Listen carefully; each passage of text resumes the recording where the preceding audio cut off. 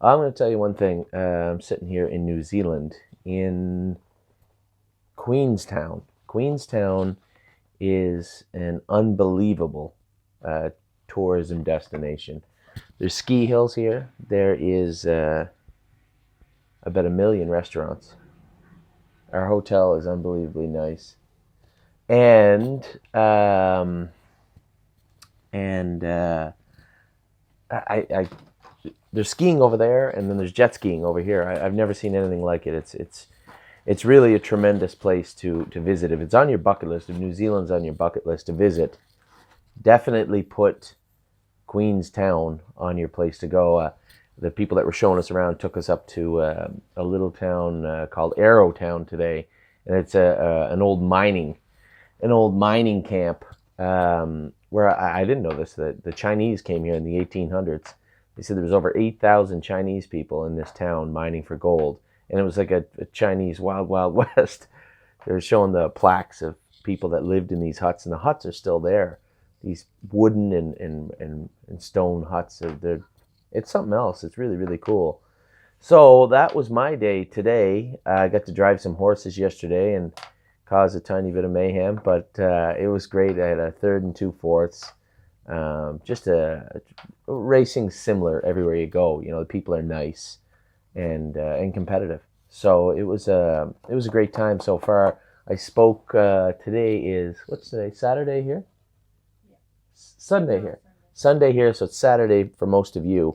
2 days ago, I spoke, had my first speaking engagement in Vicargill, and it was really, really, really well received. A lot of people were there, really cool. A lot of people really interested in what we do and how we do it here at TheStable.ca.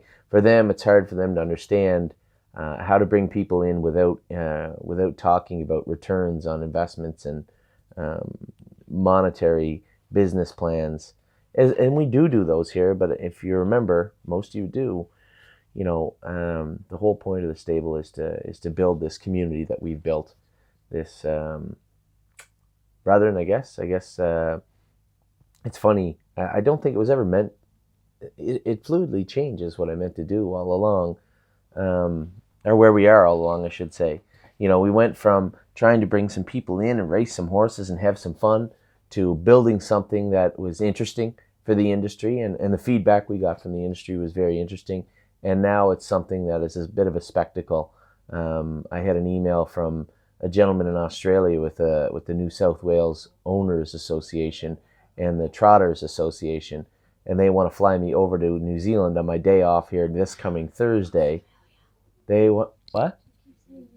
Oh, no, not New Zealand. Sorry, Australia. Sorry, I'm in New Zealand. Sorry. They want to fly me over to Australia to speak to them about our concept and how it works and how it's so successful. See, the problem is a lot of these places have done similar programs and not have the success we have. And the reason is it's simple.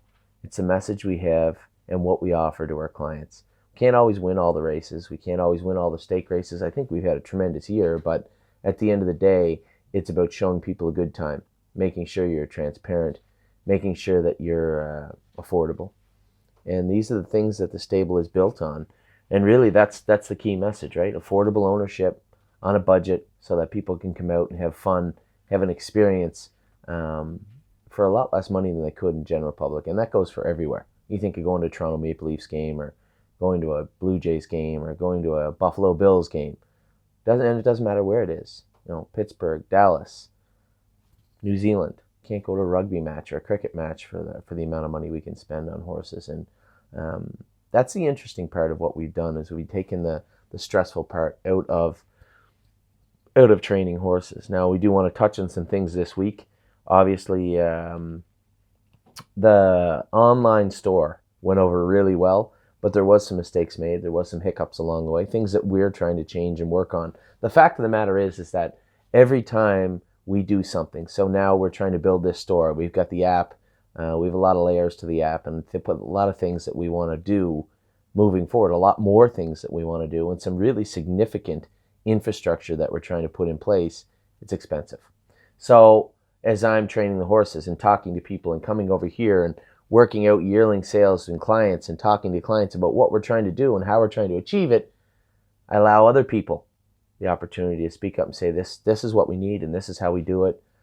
This is how we need to do it. And I believe there was some errors made.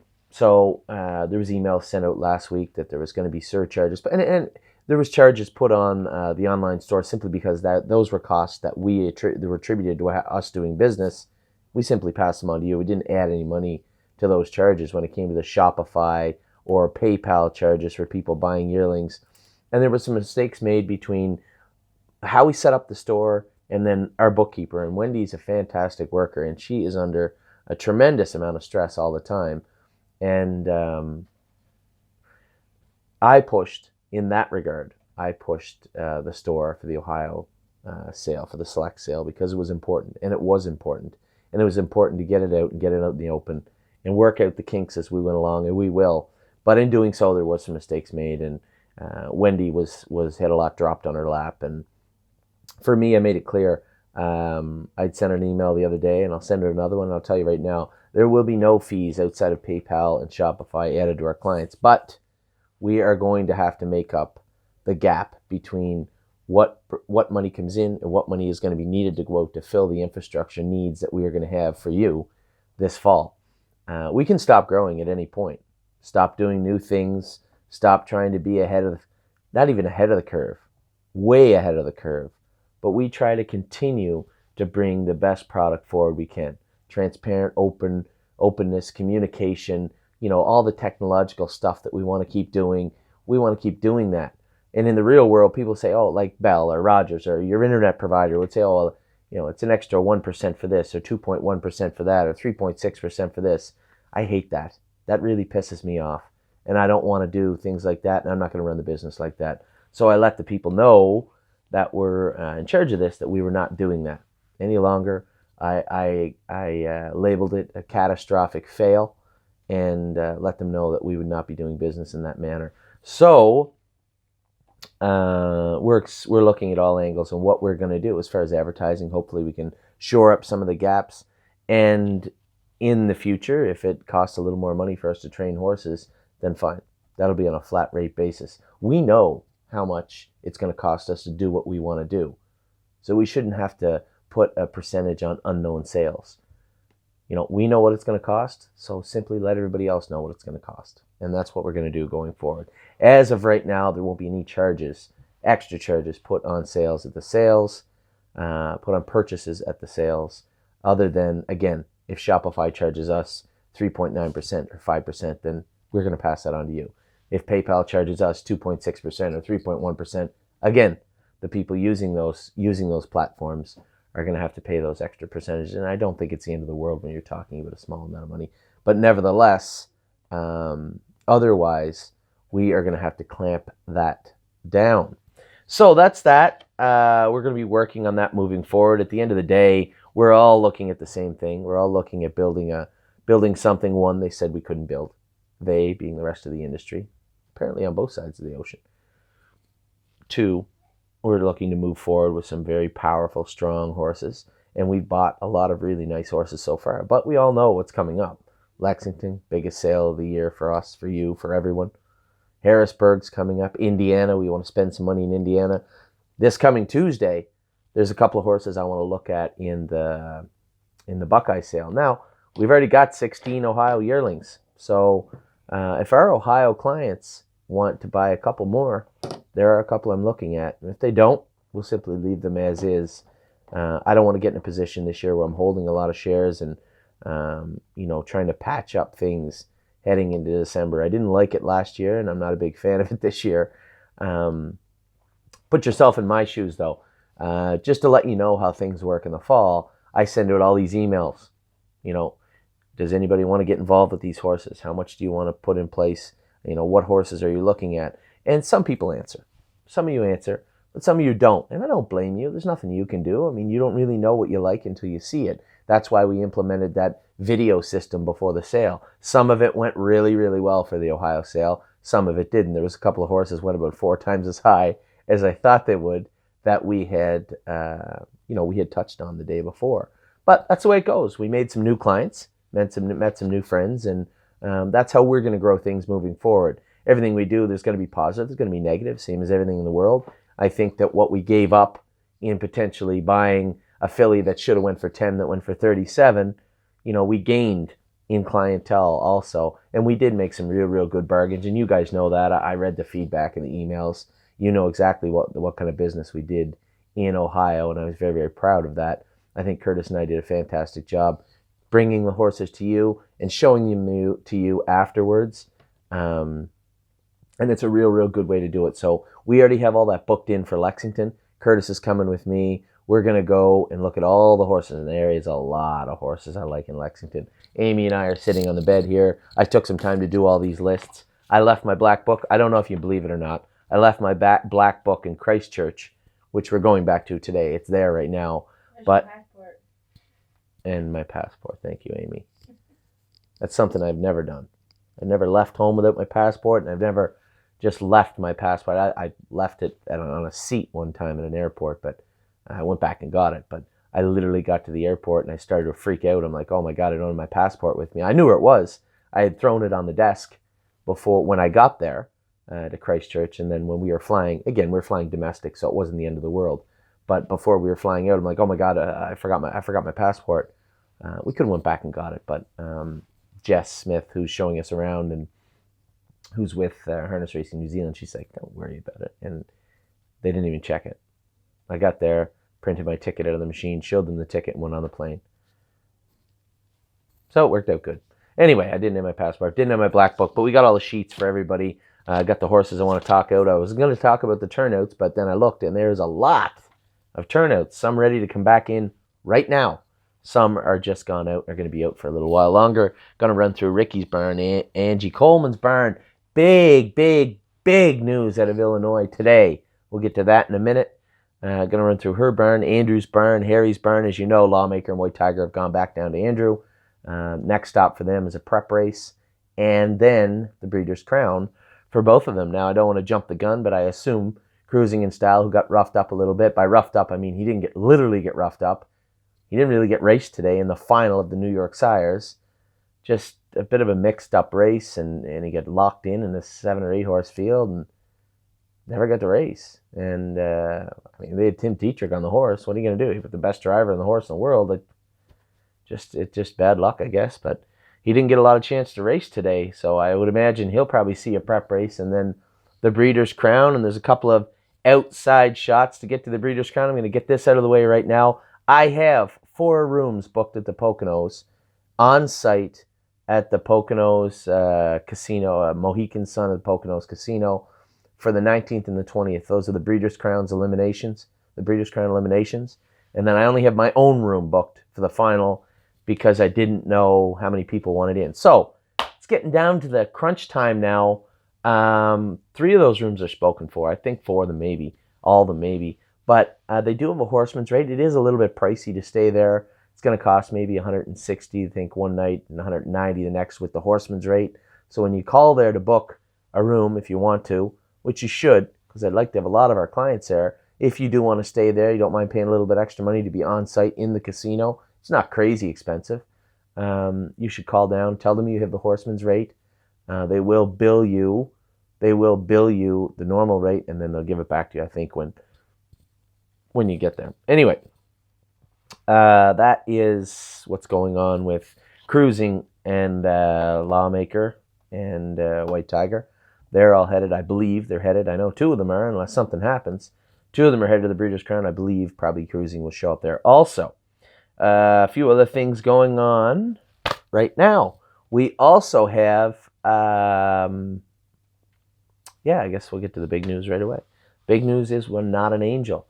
So when we sent Not an Angel down to Illinois, she wasn't 100% sound when she left.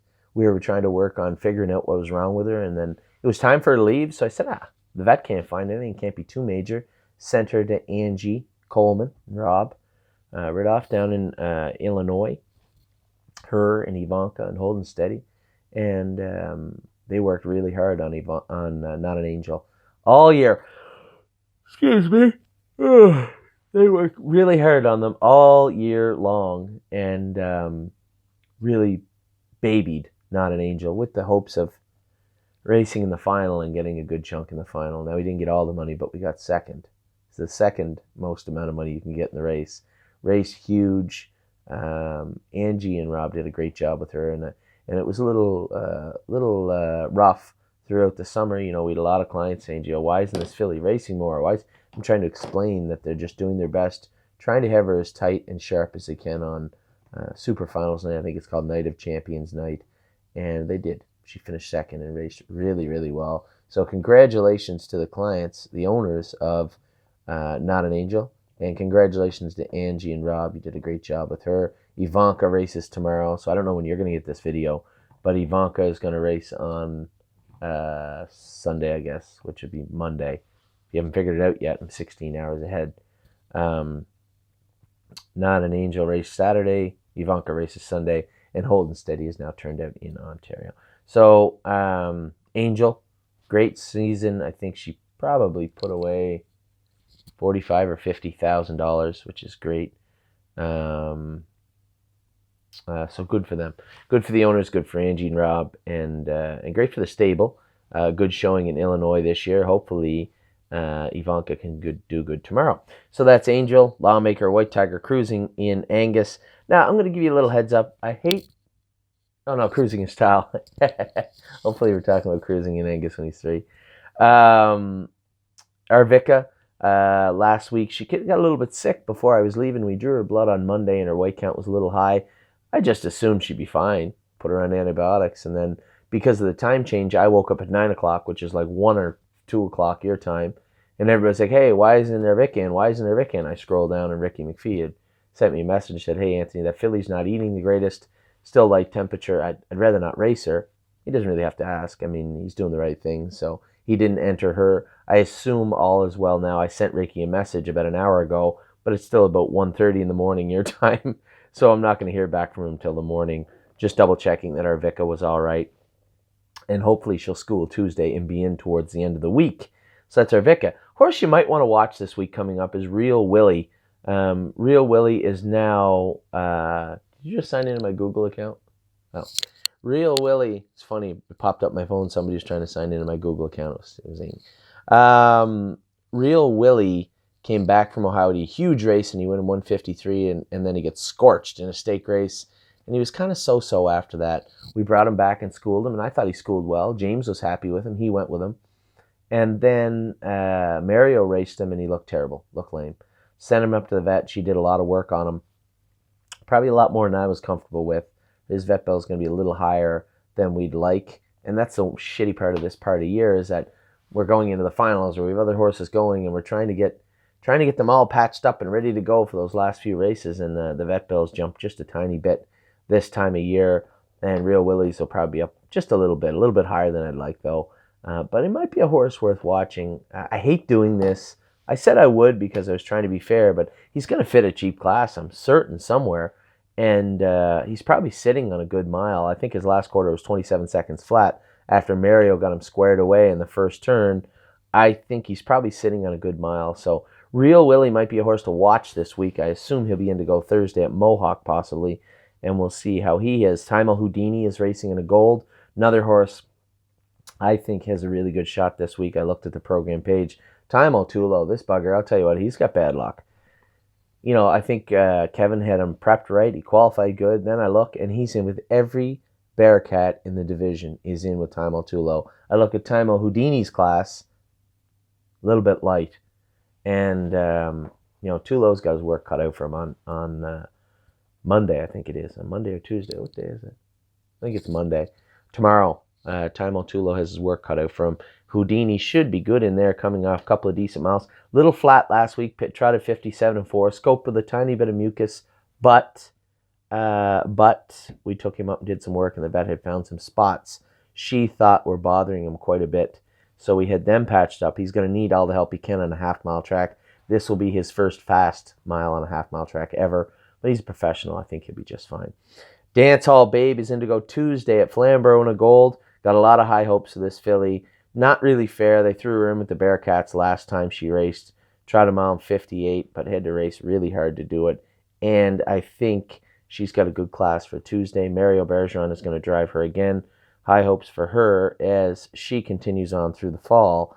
This affiliate I've been talking a lot about over the year, and I'm going to continue to talk about her. I think she's got a very bright future. Oh, excuse me. I think my body still knows it's the middle of the night in Canada. It's only, what, 8 something here? No, it's like 6. Oh, just 6. It's 6 o'clock here. So, Dance All Babe, I'm really excited to see her race on Tuesday. West 52nd, a lot of people are asking, what's the plan? What's the plan? Listen, we're racing for $60,000 in the consolation. It's going to be a weak field.